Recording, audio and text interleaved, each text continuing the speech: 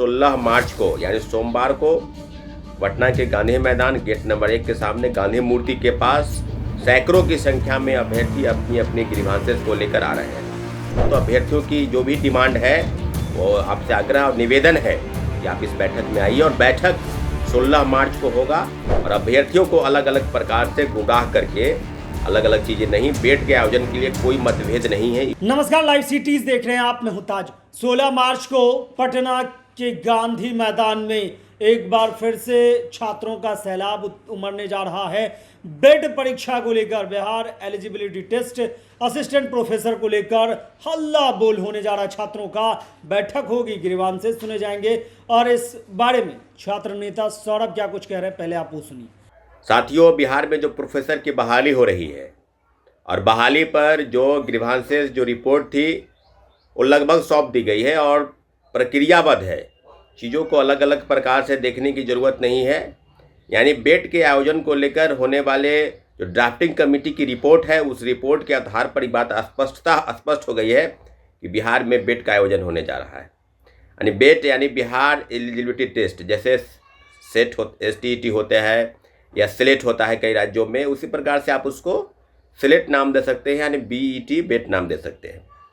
साथियों, बेट को लेकर आपको पता है कि 16 मार्च को यानी सोमवार को पटना के गांधी मैदान गेट नंबर 1 के सामने गांधी मूर्ति के पास सैकड़ों की संख्या में अभ्यर्थी अपनी अपनी ग्रीवांसेस को लेकर आ रहे हैं।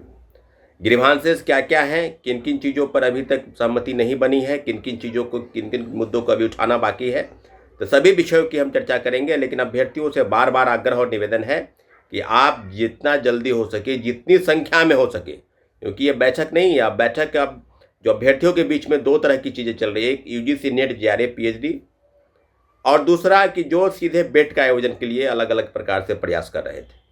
और बेट का आयोजन होगा, इस दिशा में सरकार आगे कदम बढ़ा रही है।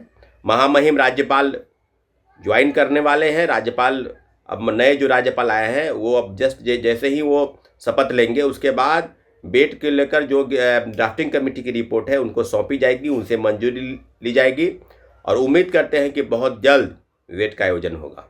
इसके साथ साथ 2-3 मुद्दों की चर्चा करेंगे। साथियों, उम्र को लेकर जो इसमें कमी की गई है, यानी उम्र की सीमा को घटाया गया है। जैसा कि पहले 55 वर्ष था, अब उसको घटाकर 45 वर्ष किया गया है।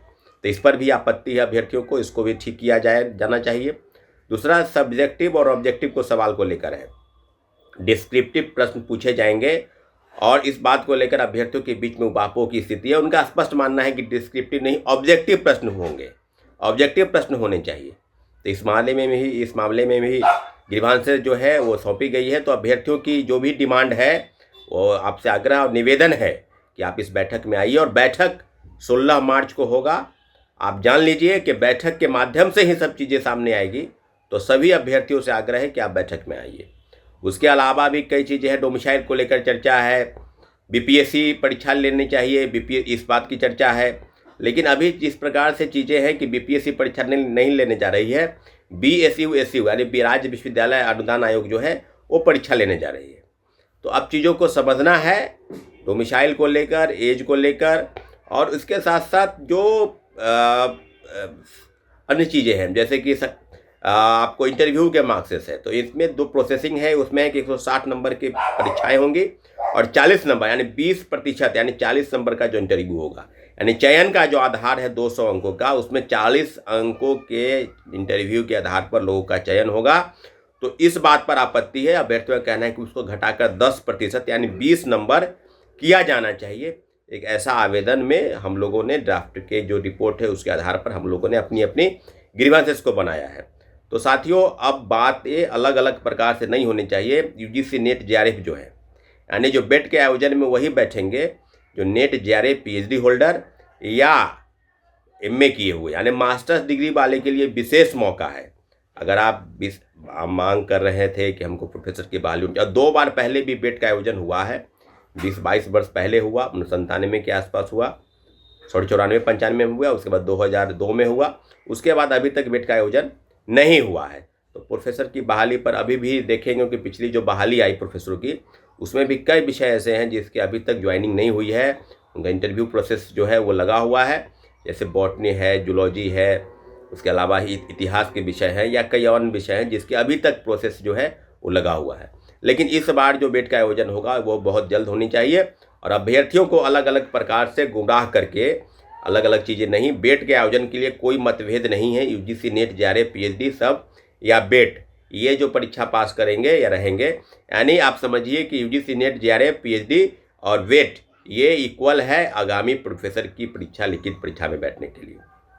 उसके साथ साथ डोमिसाइल का मुद्दा बहुत बड़ा मुद्दा है। डोमिसाइल के तहत बहाली होनी चाहिए थी। अभ्यर्थियों के ग्रीवांसेस को हम लोग देखेंगे जो आगामी 16 मार्च को बैठक है। इसलिए आपसे आग्रह और निवेदन है कि जितने भी अभ्यर्थी हैं जो अलग अलग जिले के हैं, 16 मार्च को सुबह 11 बजे गांधी मैदान गांधी मूर्ति के पास आप जमा होइए और अपने अपने आवेदन के साथ आइए ताकि हम लोग उस आवेदन को सरकार तक पहुंचा सके। साथियों बहुत बहुत धन्यवाद। तो आपने सुना कि वो किस कदर ये कहते हुए नजर आ रहे हैं कि बेट परीक्षा को लेकर जो नियमावली जो ड्राफ्ट तैयार हुई है उसमें कई खामियां हैं, कई गलतियां हैं, उसमें सुधार की जाए। छात्र बिहार के विभिन्न जिलों से आएंगे, वो बताएंगे कि आखिर इसमें क्या क्या बदलाव किए जाएं।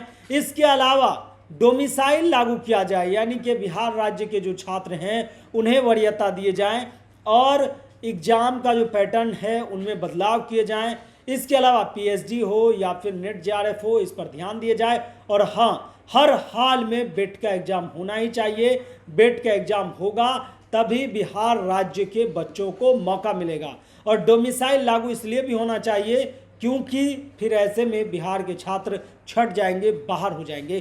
तो इन तमाम चीज़ों के लिए 16 मार्च को हल्ला बोल होने जा रहा है छात्रों का और बिहार के विभिन्न जिलों से छात्र पटना में जुटने जा रहे हैं। फिलहाल के लिए इतना ही।